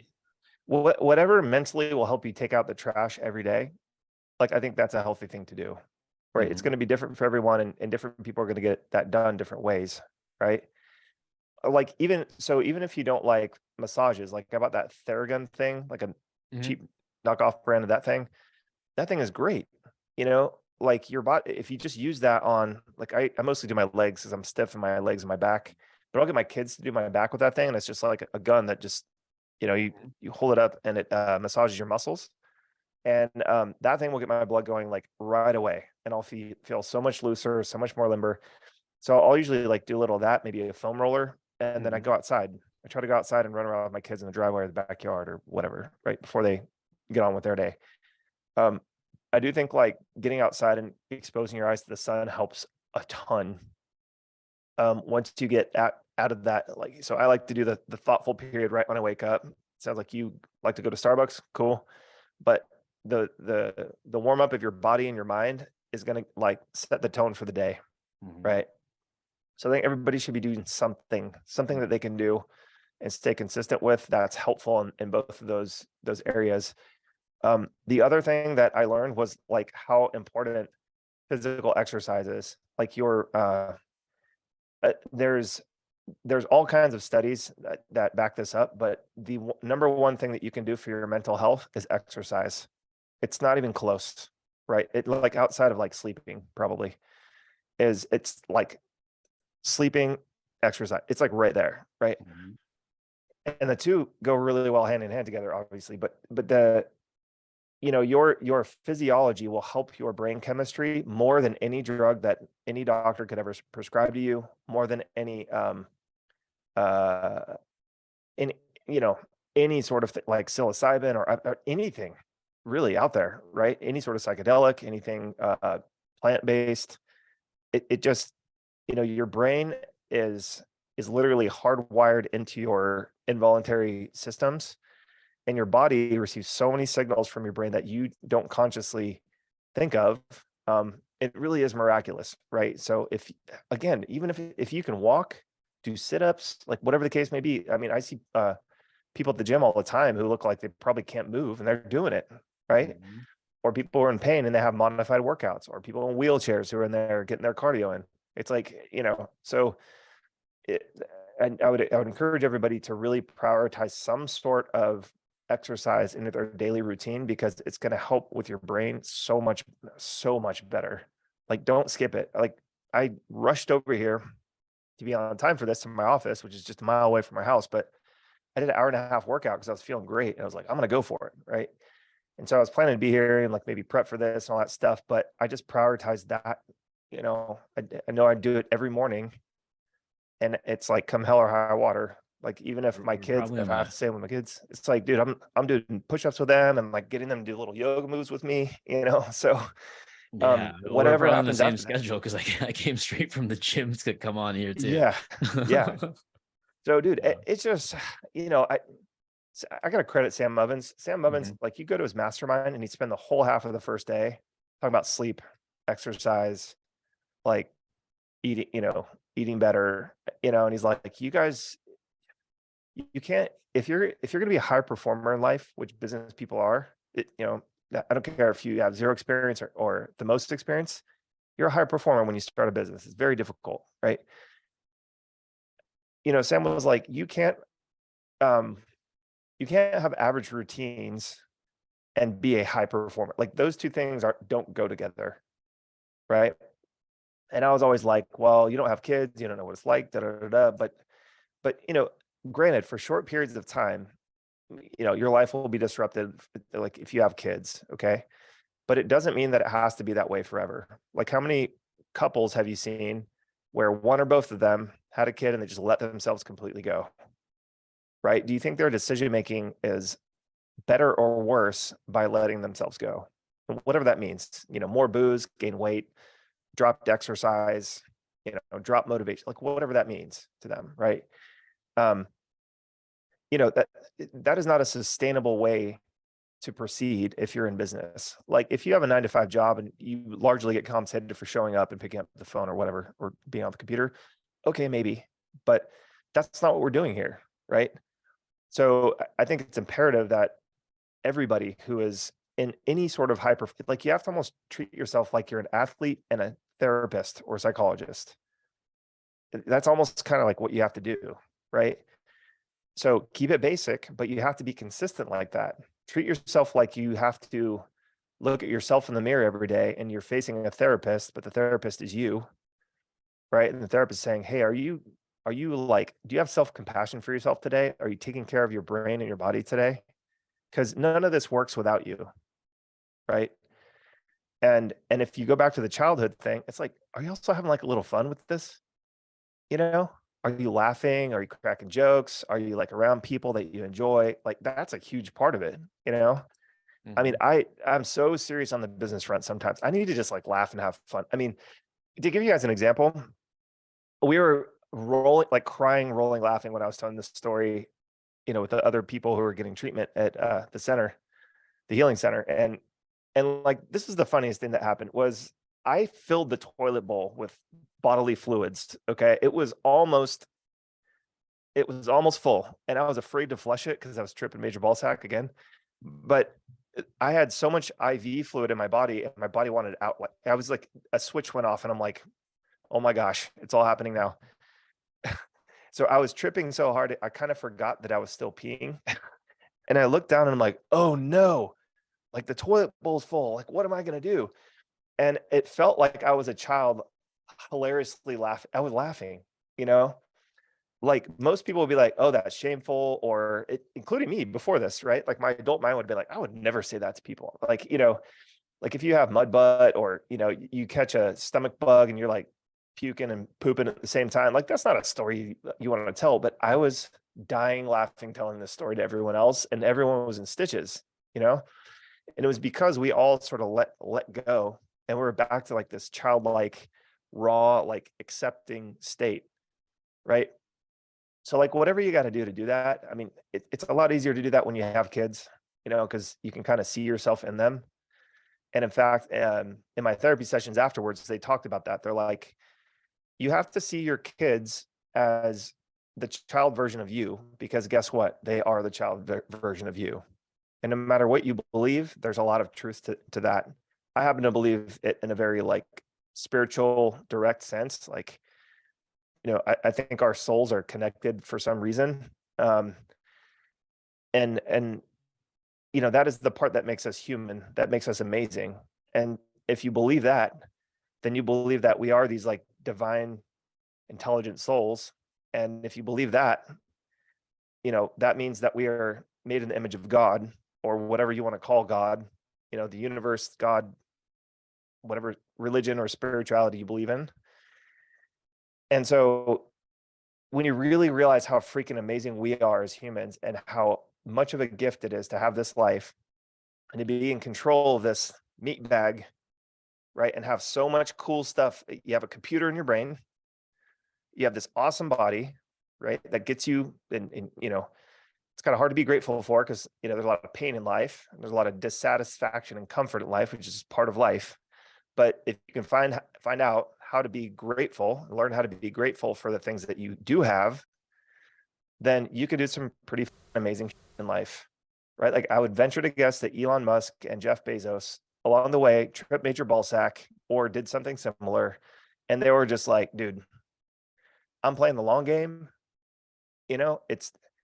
I suffered through the first 5 years, 10 years of it. Fine. Okay. But I've got one at bat. I'm going to do everything that I can to make the most impact that I can, have the best life that I can, help as many people as I can. And all of us, especially in business, we have the ability to do just about whatever we want now. Just about, right? So no matter what it is that you want to go out there and do, the tools have never been better. It's never been cheaper. It's never been more accessible. People have never been more connected than now, right? Never been easier to connect with people who are like-minded, or who, you want to serve out there in the marketplace. Whatever it is you want to do, you can pretty much do nowadays. So, a lot of this has to do with, with my personal experience. I understand that. However, you guys have you guys are so freaking talented. You're like some of the best marketers I've ever seen. And it's kind of nauseating how much good you put out. It like drives me nuts. I'm like, what? Geez, you guys are like a machine, like in a funny, good way. I'm just joking with you now. But I also think, like, God, like how many people have Rahul and Cody helped, right? Like, and how many people have they helped? That's the ripple effect, right? And how cool is that we get to do that every day, right? So do parts of it suck? Are parts of it hard? Do we have bad days? Yes. Okay, we're all human. So we got to give ourselves a little bit of self-compassion there, and be like, it's okay, right? Like, that's what I would tell that's what I do tell my kids. Hey, you had enough. Like, my kids went to a swim meet, and my son has this like record for this one event that he's doing. He's 7, it's just like our little local pool league or whatever, but he cares a lot about it. And he kind of like hit the lane rope mid heat, and it just really threw him off. Like, he just didn't finish. I think he's finished like 6 seconds behind his best time, which he did the time before. So that's just this last time before that. And he was super upset about it, right? And so I was like, hey, bud, look, it just wasn't your day. You can't be breaking your record every time you swim. That's like not how it works, And so, that's what we have to do to ourselves too. We have to view ourselves as a child and say, what would I say to my childlike self? And in a circumstance like that, when things are hard, well, instead of being a dick to yourself, you got to find a way to be like, I'm going to handle this in the appropriate way, the healthy way, so that doesn't cause, because again, what is trauma? Too much, too soon, too fast, or a combination of the three, right? So a lot of us get into business and we give ourselves 30 days to make it or not. Not too much, too soon, and too fast. Yeah, I've been holding on to that question. I'm like, why does everybody want to make from $0 to 30 grand, demanding that you better get them there in 60 days? I'm like, what the is this self pressure you're putting on? You're already failing when you haven't made a nickel. Right. And in this little corner of the world, our world, it's like all these other coaches are bragging about it. Like it drives me nuts. This is what I didn't like about the ClickFunnels community. Everything was just, what can I post? Da, da, da, da. It's like that in the sales community too. It's like that. I mean, some of the other agency coaches kind of drive me nuts with that crap, and I know it works. I'm not saying it doesn't work. It's not uncompelling to say that stuff. Yeah. Because you're getting results. But I think it's a generally unhealthy attitude to come in with that level of expectation, because most people don't have the maturity or the self-compassion down to deal with it. If anything goes wrong on that plan, right? It's a little bit like, hey, I'm trying a new sport. Like, how hard is it to hit a freaking 90-mile-an-hour fastball? Insanely difficult. How difficult is it to make a pro 3-point shot? Insanely difficult, right? So it's like going into like one of those leagues and be like, yeah, so in 30 days, I'm going to be able to hit a home run off a 90-mile-an-hour fastball by a pro pitcher. Like, what? Well, it comes down to like realizing what you're saying right now is that, we're pro athletes, basically. Mm-hmm. You want to get to that level, which is the top, even 30 grand a month, 50 grand a month is like top 10% businesses. So you basically, you want to join the NBA off the street, and you want to do that in 60 days. That's right. what you're, right. And it's just, and the top 10% of business owners are the top 0.1% of the population. Yeah. So, stew on that for a minute. And even more from the 7 figures, like it's top 3%. Only 3% of any business will ever make $1 million. There you go. So that's probably like 0.003% of the pop. It's just like nuts. Yeah, the statistics, the longer you are in business, the closer you are to that business dying. So if you make it past that first 3 years, to make it to the 10th year, only like 3 years, some small tiny percentage make it to a decade.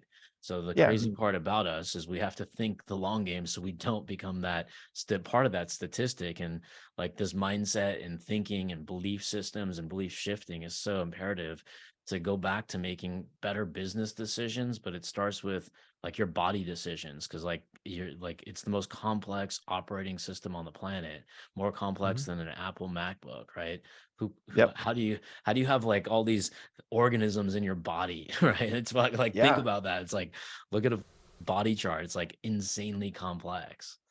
It's crazy. And like I got a blood panel for the first time, a full blood panel, and there was things in there that like I was like, oh, of course that's why I was going through that.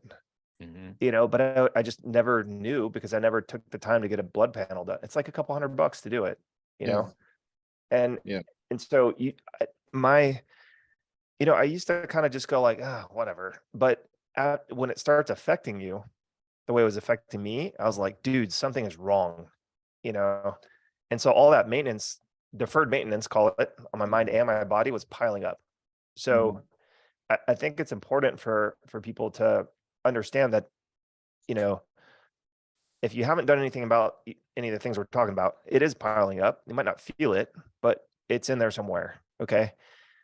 And then if you ignore that for too long, you're going to hit some sort of head. Like it's going to come to a head at a certain point. And then once you address it, it's like the work isn't over. That's why, I think it's really good for people to do some basic things to take like ownership over their own neuroscience and their own physical health, and just see for yourself, like get educated yourself. I'm not talking about like going back to college, but look at some YouTube videos, right? Maybe hire a little health coach. I mean, health coaches there's some that are really good that are super cheap, right? So it shouldn't be a money issue. But I wouldn't just like completely trust the healthcare system to look after your every want need. You tell me if what you think on this, but part of what helped me a lot at one point, like 5-10 years ago, I went to a what are they called, naturopath, instead of a doctor. Yes. Because I was so pissed. I was just so tired of the same answers coming from the doctor, because I have back pain and I this, that, and the other thing, and brain fog. And their answers were, here's some prescription drugs, or just get over it. Every time. Every time. And I'm like, okay. So then I eventually went to a naturopath, did a blood panel, learned to take a few extra vitamins, started taking vitamin IV bags that you can get. I do that like a couple times a month or once a month when I start feeling brain fog. Just that, plus the sensory deprivation tank, plus knowing what was going on a little bit better, came from just that. So I know you were saying the thing you did was really a holistic center, which is the naturopath kind of thing, but down in Mexico. So I mean, you tell me, because I want to know what your recommendation is. But my recommendation would be for people, a good place to start is just to go see that first. It's not For hippy sure. dippy. There's legit ones. They're doctors. They've taken all the education. Go see one that can do have a talk with you and do the blood panel and just see what they might recommend, because it's much different than you'll get from the other types of doctors in my Dude, absolutely. So so what you're talking about is being very choosy about who you go to get advice from. Like, so to give you an idea, the doctors down at this Ibogaine center, this healing center, they're world renowned in what they do. So they've studied at like Oxford, Harvard, Yale. I mean, it's crazy, right? And they're in Mexico doing this and like healing people, curing people, basically, right? I think that so let me tell you two contrasting stories. So would you rather, let's play a game called Would You Rather. Okay. Would you rather, and this is a Canadian guy this is a real story from one of the addicts that I was with, great guy. He's Canadian. He needed back surgery. He had a bulging disc or slip disc in his back, years and years and years of pain from it. He got hooked on some sort of opioid. I don't know all the names because I'm not really in that scene, but he basically became a professional chemist, for himself. And so he got hooked on opiates to help with his back pain. It finally got to the point where he's like, all right, that's it. I need surgery. Right. And so he went in, got the x-rays and everything. The doctor says, well, it's going to be 2.5 years because you're at the back of the line. So here's a prescription for more opioids. Congratulations, you're at the back of the line, right? So he opted to find someone who was better qualified than the doctors he had in his healthcare system in Canada. He got a back surgery in Mexico at a hugely discounted rate. Again, still one of the best in the world at what he does at this type of surgery. Then he came to our treatment center to get off the opioids, right? So would you rather have, and he tells me that that's super common in Canada. It's like they give out opioids on the streets. When I had my car accident, so when I first hurt my back, they didn't actually, I'm Canadian, obviously, you know that, but just to reiterate on the Canadian system, I went to the hospital. They talked to me for a few minutes. They said, oh, your back is probably messed up. And what they did was they handed me 4 sheets of really strong morphine. There you go. So, and then they said, go. Like you're good, go. I threw it all in the trash because I have experience with friends that have gone down that path that they got all kinds of up. So I didn't even use it. So I just ended up in pain for a while. But that kind of is one of the reasons I ended up thinking I'm going to go to a naturopath, because this absolutely. So that's his exact story. So he took that stuff, and then and he's like, dude, in Canada now, he's like from Vancouver. He's like, there's like little clinic things on the street, and the government or the healthcare system is giving morphine out to get people by until they can have their surgery for like 2.5 years. That is not a good solution, right? So that's scenario one. You going to the naturopath and saying, dude, I want to solve the root of this problem. Like, so what did I do when I took Ibogaine? I said, I'm not going to go to like therapy and go to an AA meeting and like spend 10 years. I'm trying to find the root of the problem. I've had 10 bad therapists. I found one good one. He retired in San Diego. I literally had 10 bad ones until I went down and got my Ibogaine treatment, and they had 2 really awesome therapists.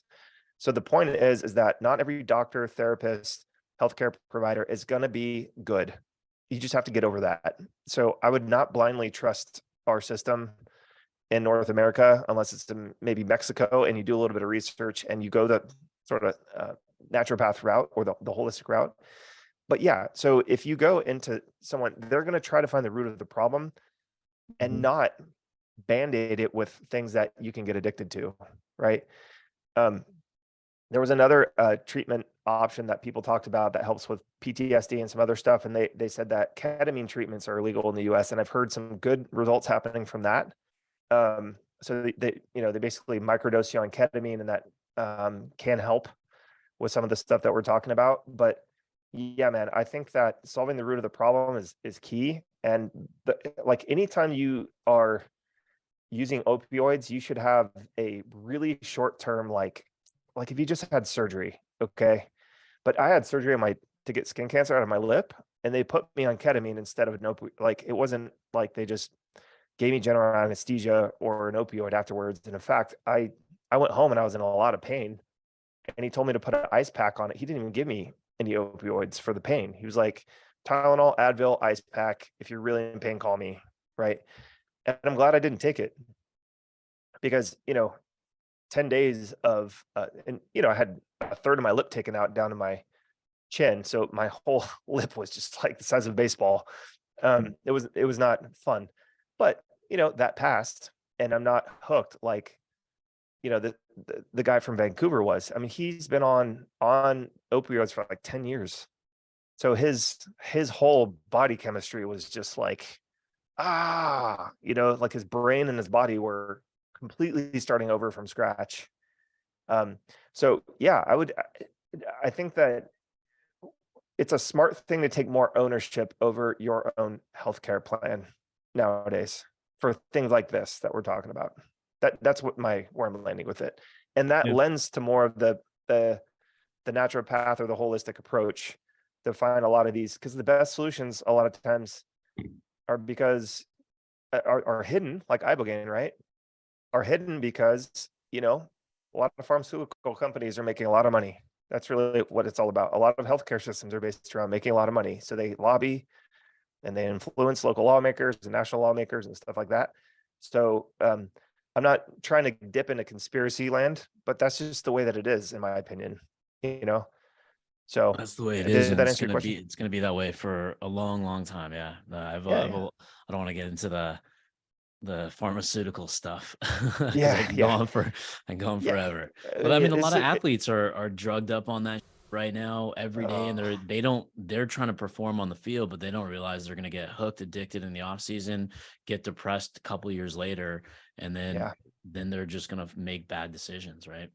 Yeah. Oh, it's a problem. It's a big problem. So, yeah. But, in the business context, like assuming that you don't have any like major physical injuries or major like bodily pain, which I mean, a lot of people do, don't get me wrong. But, I think a lot of this head trash stuff is what's keeping a lot of people from being successful in business, or being logical about it, or going easy on themselves about it and giving them some time and space to do it. And I think a lot of people who do fairly well with it, who just like, struggle through it, or kind of just like, I was very stubborn at the beginning. I'm like, I'm just not going to quit. Right. Mhm. I might be putting my effort into the wrong place for now, but I'll learn as I go, and hopefully I can put that effort. And now my inputs are getting better results and outcomes, because I'm learning and doing it right. Right.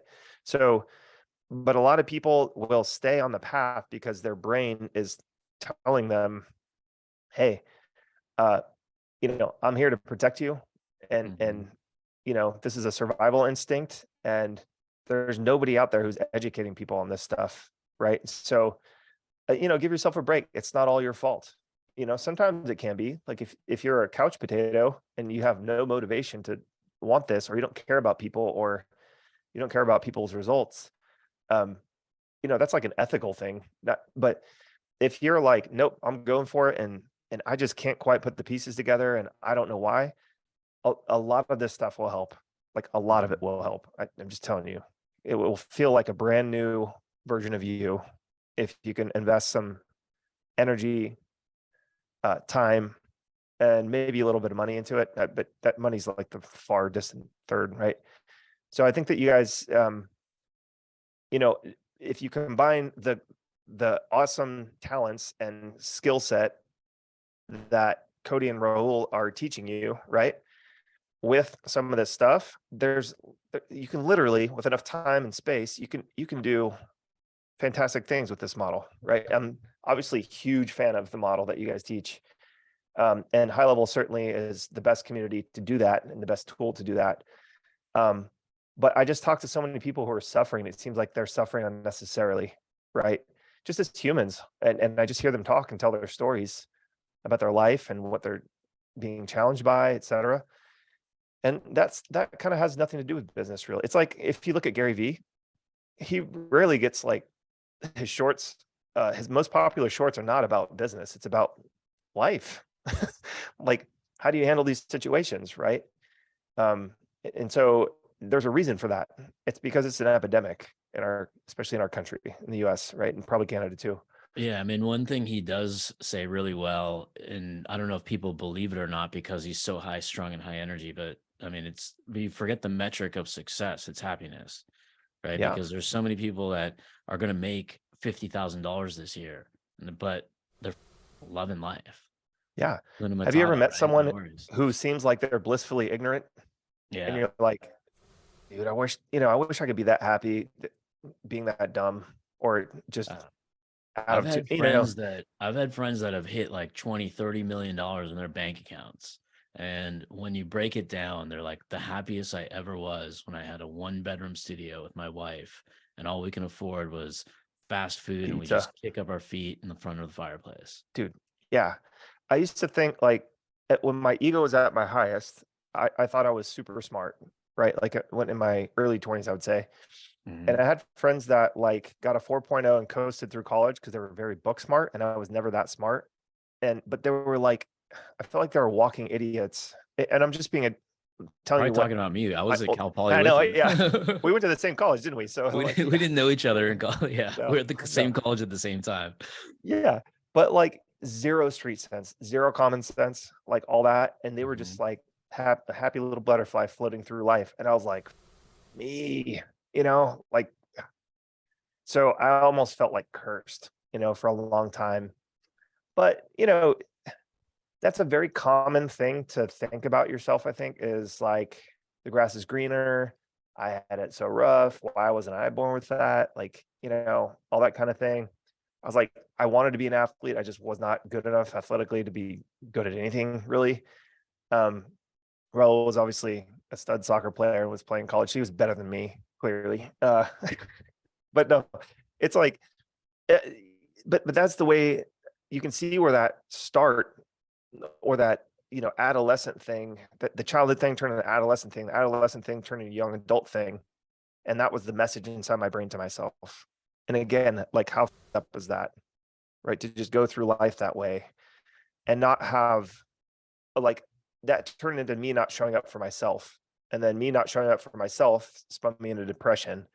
And then me spinning into depression, and then having another traumatic experience. My dad passed away in a helicopter crash. He was teaching a student how to fly, and the tower instructed two helicopters to collide by accident. It was an accident, but it was negligent too. So we just got a phone call one day, and he had a perfect flying history, flying record and all that stuff. And so I'm 25 years old. And so all that stuff piled up. And I always said, my mom and dad divorced when I was 2. So I always said to myself, I'm going to catch up one day with my dad. I'm going to make the time to hang out with my dad, rebuild our relationship, get close, all that good stuff. And we just got a phone call that he passed away, and he passed away like that during the crash. So he left behind my 11-year-old half sister, my stepmom, who are still depending on his income. But for me as a 25-year-old, like, you added that trauma of losing my dad, and then I couldn't or didn't grieve his loss because I had to be the strongest person in my family just to get through the freaking funeral. It was like moving a mountain, getting everybody on the same page and people not fighting. And like, there was money issues, big time money issues, and I was broke, right? So there's a lot of pressure. And then we had to sue the federal government because the FAA blamed it on the pilots when the tower clearly up. And so they didn't want to pay them out what they were owed. So for 7.5, 8 years, I fought the federal government, which was like one of the worst experiences of my life, if not the, right? And I had to hear him on audio dying over and over and over again throughout the court process. In deposition, the opposing attorneys were trying to make it like they're trying to find anything that made it sound like I was just a money grubbing whore. Now that my dad had passed away, I'm trying to get some money. So they were trying to say, oh, did you really have a relationship with, I mean, he never lived with them after the age of 2. How close could you really be? So these adult attorneys are treating me like a piece of trash for 7.5 years. And so that piled on too. So my actual self-worth, even though my ego was saying, oh, I'm smart, I can do anything I want, like I'm smarter than these other people, I should be able to do all this stuff. The competing force in my head was, you're not good enough, right? You're like, why would you think that you even deserve that?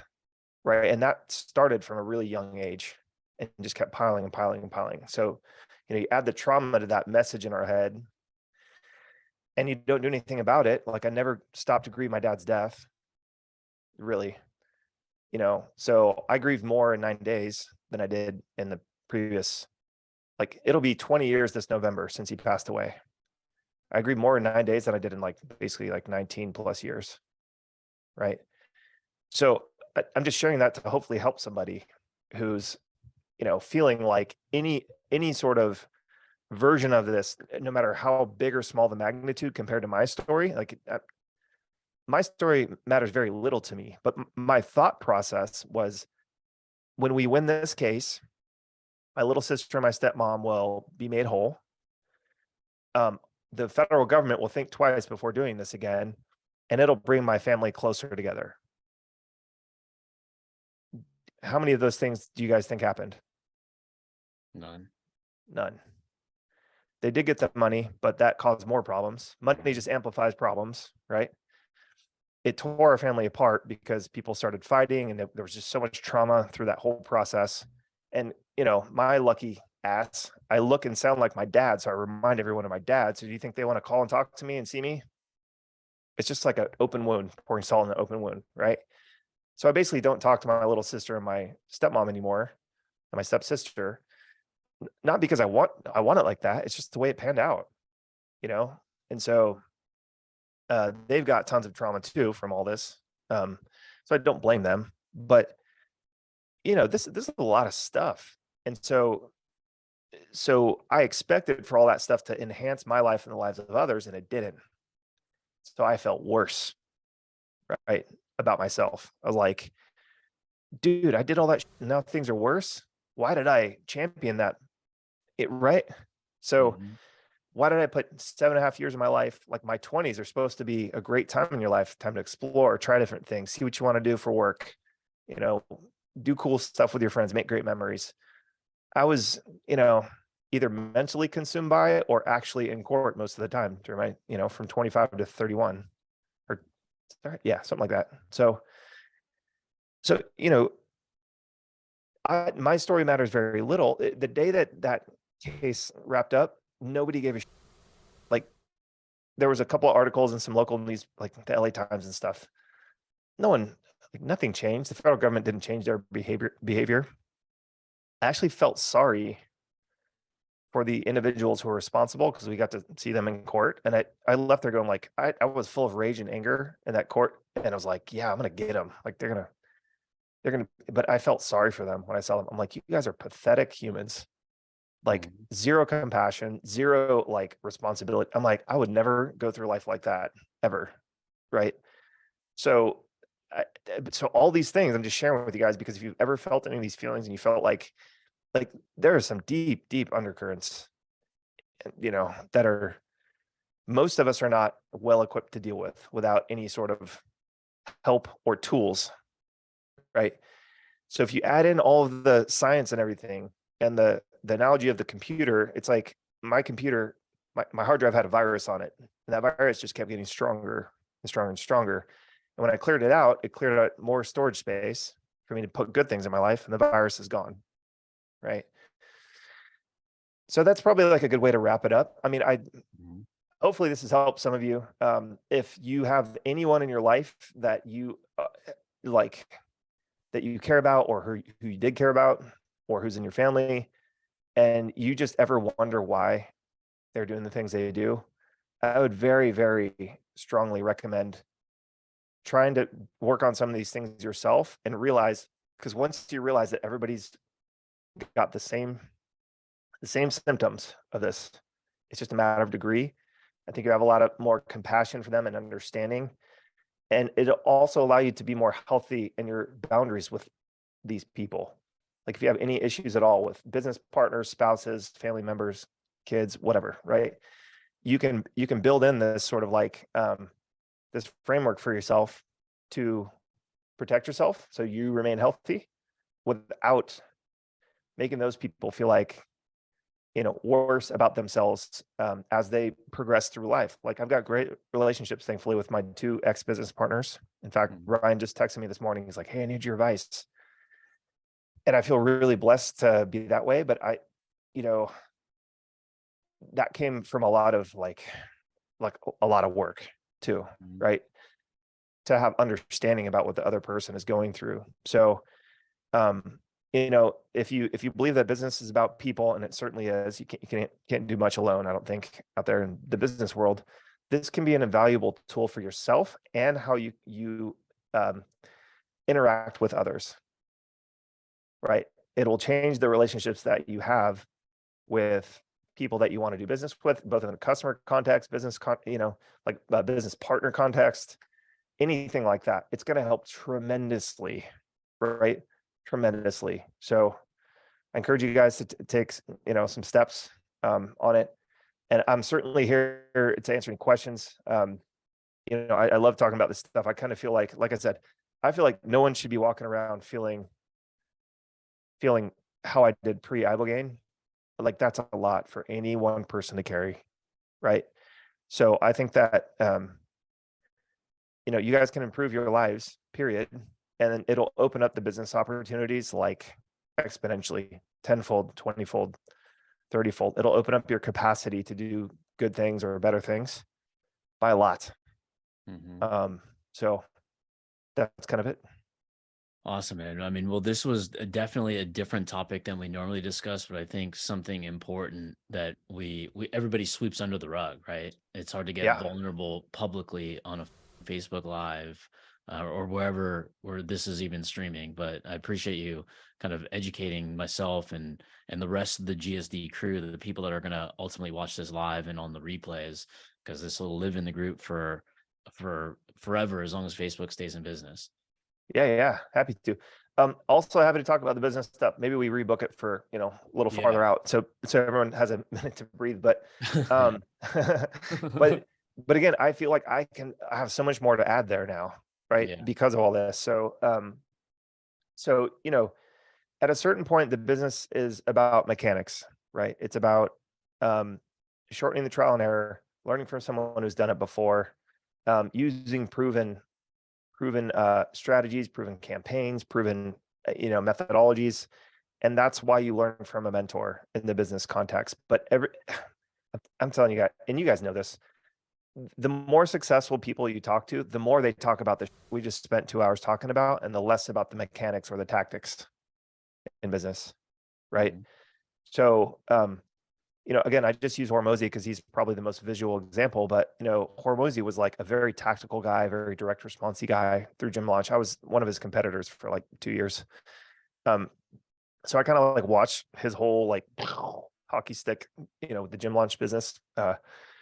And the reason why he's talking about more broad topics now, more sort of self-development things and physiological and like neuroscience stuff is, and sales philosophy stuff, is because that's what people talk about when they're at that level. When we're at 9 figures and above, the tactics matter very little. Like, they'll stroke a check for 50 grand just to be like, hey, do my content for the month. Right. And that's an easy decision for them relative to, the bigger picture. So they spend most of their time on the bigger picture. So 9-figure, 10-figure entrepreneurs, they're in this, they spend most of their day on the stuff we're talking about, right? And filling their head with good stuff so they can make the best strategic decision possible over the longest period of time, right? So you start very heavily focused on the tactics, and then over time that your focus on the tactics gets smaller and smaller, and your focus on the bigger picture gets bigger and bigger. And that's why you hear people hitting ceilings, right?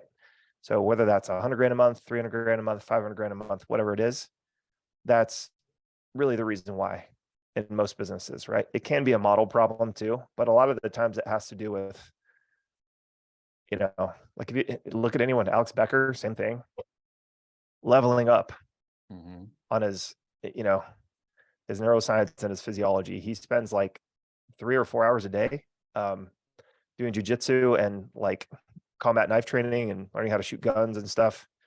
Vitamin injections and everything Vitamin else. injection, yeah. I'm pretty sure he's got a hyperbaric chamber in his house. It's like stuff like that. But so there's levels to the game, but you can't ignore. You're going to hit a point where this is going to matter. Is my point through it all. So I'm just trying to pre-arm you before you get to that point, so you can build in some tools and some resources, so you know a little bit about what to do about it. Hey guys, can we drop some love out there in Facebook land? That was a solid 2 hours of Rob getting real, you guys, and dropping some real. Is that what he's just talking about? You get there a lot quicker. You don't have to have $100 million exit like Alex to get to this point where you got to start worrying about your mental health. You should probably be doing it now. It'll help you make decisions along the way. So please drop some love for Rob out there. I think we're already over 103 comments, but drop some more anyway. Sick. He was we got a 4x that number. If everybody drops 4 takeaways, 3 to 4 takeaways each, we are going to break the records. Yeah. But yeah, no, Rob, thank you for spending all this time on us. I mean, I didn't even think we'd go 2 hours, but we still have till 10:30 in the morning Saturday, like we talked about before we started. But sweet. we'll book another one, and we'll drop Rob's trademark training on the DBRs and everything else. I mean, it's not just DBRs, but business in general. He's built some successful businesses, but huge shout out to Rob. If you guys can drop, like Cody mentioned, the love. Very amazing story. And I mean, now you can see the impact of what high performers also feel. So the feelings you're feeling as a startup, a failure, somebody successful, then failed, or whatever you're going through, everybody in life is going to go through that. Yeah. Everybody gets depressed. Everybody has PTSD. Everybody's going to have some form of their own self-diagnosis or formally diagnosed, but things hit the fan, and sometimes you just got to reflect on your operating system and clear that shit out. Yeah, it's more helpful than and it's really easy to ignore it. It's like crazy easy, extremely easy to ignore. It's the easiest thing, because like you mentioned before, it's your ego allowing you to ignore it and say things are good. Because like, if the truth was, if I said, hey Rob, how's your day going, and you said, hey, it's going amazing, or good, how are you, I already know you're lying from the first question I asked you. No. Not every day is gonna go good. It should be like, dude, I stubbed my toe, my kid's crying, shit's everywhere, and I have a day ahead of me. That's the actual, sometimes the real answer, but everybody's conditioned to just like not then you get into like the Tom Segura joke where he says, if I ask you how you're doing and you have the audacity to actually tell me, you're gonna totally. Yeah. All right, guys. Well, I got to run. I actually got something here at the top of the hour, but I love you guys. Happy to jam again or answer any questions. So it's an honor for me to, have 2 hours of your all's attention. So appreciate it. Appreciate you too, Rob. Thanks, man. All right, guys. Peace. Talk soon.